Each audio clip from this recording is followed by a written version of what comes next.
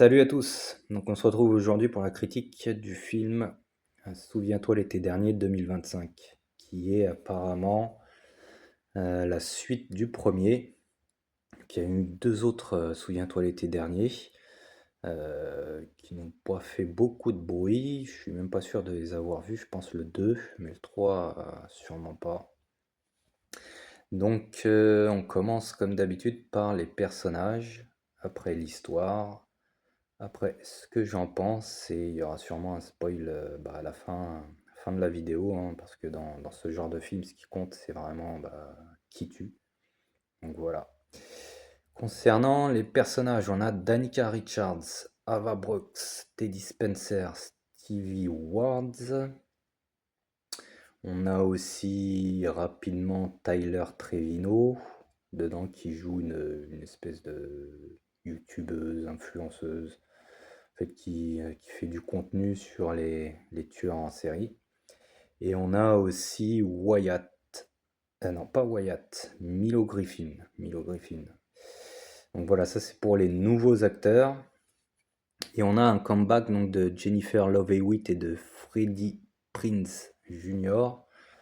Donc Jennifer elle joue Julie James et Freddie Ray Bronson.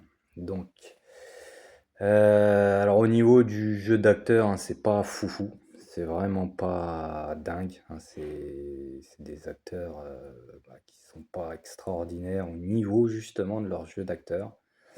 Donc après aussi c'est un peu le principe de ce genre de film, hein, c'est pas centré en fait sur le jeu d'acteur des personnages. Donc c'est pas foufou. À la rigueur, celle qui sort du lot, on pourrait dire que c'est Danica, donc la blonde.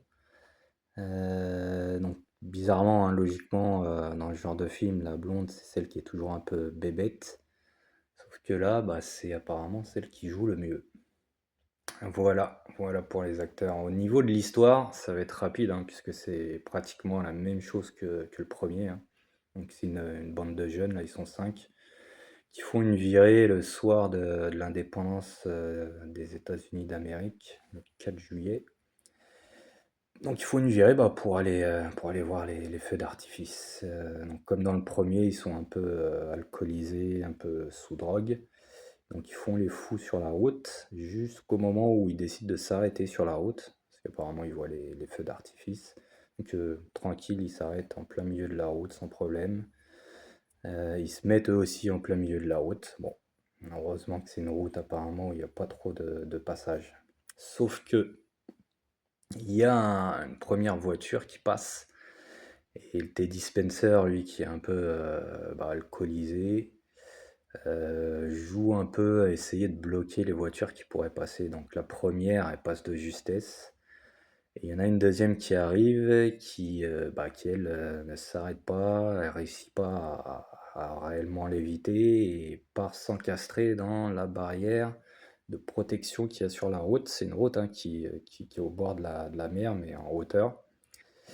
Donc il s'encastre. Le petit groupe se rapproche de la voiture pour essayer d'aider la personne qui est à l'intérieur.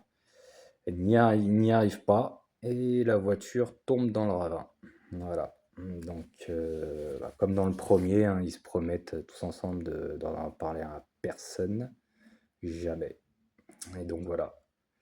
Pour le pitch du début, ensuite, le film reprend à l'été suivant, où comme dans le premier, hein, il y a un personnage qui est averti qui sait que ce qu'ils ont fait en fait l'été dernier.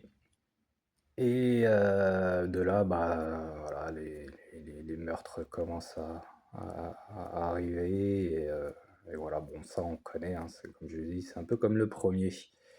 Donc pour l'histoire, hein, voilà, on va pas trop en parler non plus, sinon ça va commencer à spoiler maintenant. Ce que j'en ai pensé, on sait très bien que dans ce genre de film, on n'y va pas pour l'histoire, pour les jeux d'acteurs et tout ça, hein. C'est vraiment un film, on y va pour se distraire qui dure 1 heure et demie, 1 heure 40, quelque chose comme ça.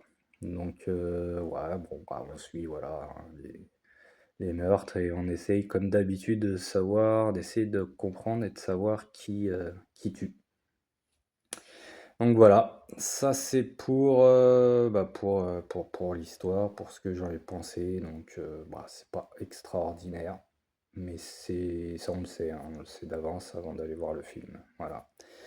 Donc là je vais commencer à spoil pour savoir qui tue dans celui-là.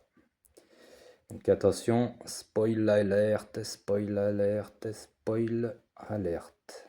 Donc, on va aller directement sur le personnage de Stevie Ward. Donc c'est l'une des jeunes du groupe en fait, hein, qui cause l'accident. Alors elle travaille pour Ray Bronson, donc le rescapé du premier, qui tient un bar. Donc elle travaille avec lui dans ce bar-là, voilà. Ray Bronson connaissait son père qui est mort apparemment, et il lui a promis de s'occuper d'elle, donc c'est ce qu'il a fait pendant toutes ces années. Voilà. Alors, on va aller directement droit au but, et pour une fois, c'est une idée quand même pas mal. Au final, c'est Stevie qui est l'un des tueurs, puisqu'il y en a deux.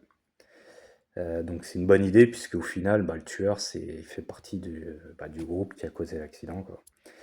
Et le deuxième tueur, c'est Ray Bronson. Donc on va voir pourquoi il s'est mis lui aussi à tuer et à revêtir le costume du tueur. En fait, à la suite de l'accident, elle a appris qui est mort en fait ce soir-là.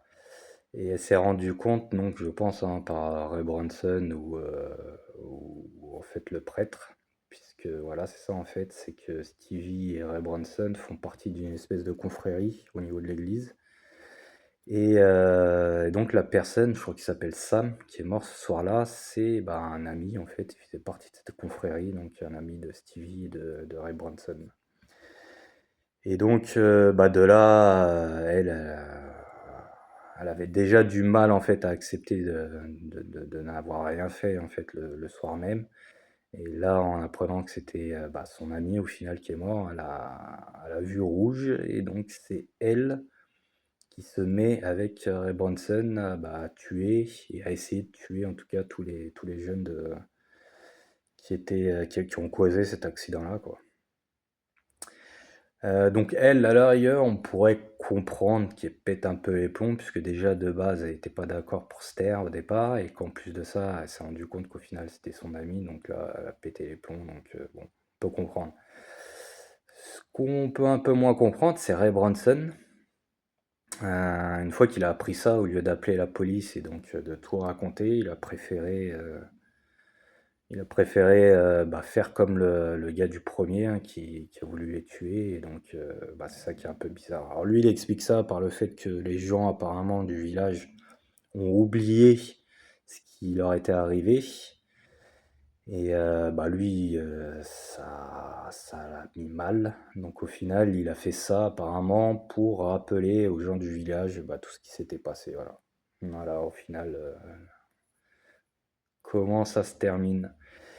Et donc, pour faire bref, hein, lui, il meurt tout à la fin, dans son bar en plus, apparemment. Euh, la Stevie Ward, elle, on pense qu'elle est morte au niveau du... Parce qu'à un moment donné, vers la fin, ils sont sur un bateau. On pense qu'elle est morte puisqu'elle est jetée par-dessus bord. Et au final, à la fin, on se rend compte qu'elle est encore vivante. On s'en rend compte puisqu'à la fin, en fait, les deux rescapés, hein, les deux dernières, se promettent qu'elles vont la retrouver et lui régler son compte. Donc voilà, voilà. C'est vrai que c'est pas évident hein, les critiques pour ce genre de film puisque il n'y a pas grand-chose à raconter au final. Donc voilà. Tout ça pour dire que je conseille quand même de le regarder si vous avez du temps au final, hein, 1h30, 1h40 je crois max. Donc ça mange pas de pain, ça distrait un petit peu. Voilà, faut laisser son cerveau à côté, hein, comme beaucoup de films, et puis voilà, on se distrait pendant 1h30, 1h40.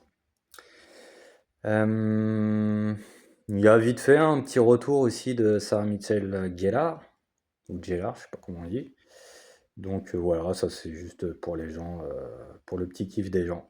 Voilà. Bah c'est tout hein, pour la critique de Souviens-toi l'été dernier 2025 et on verra s'il y a une suite. À la prochaine pour une autre critique. Salut!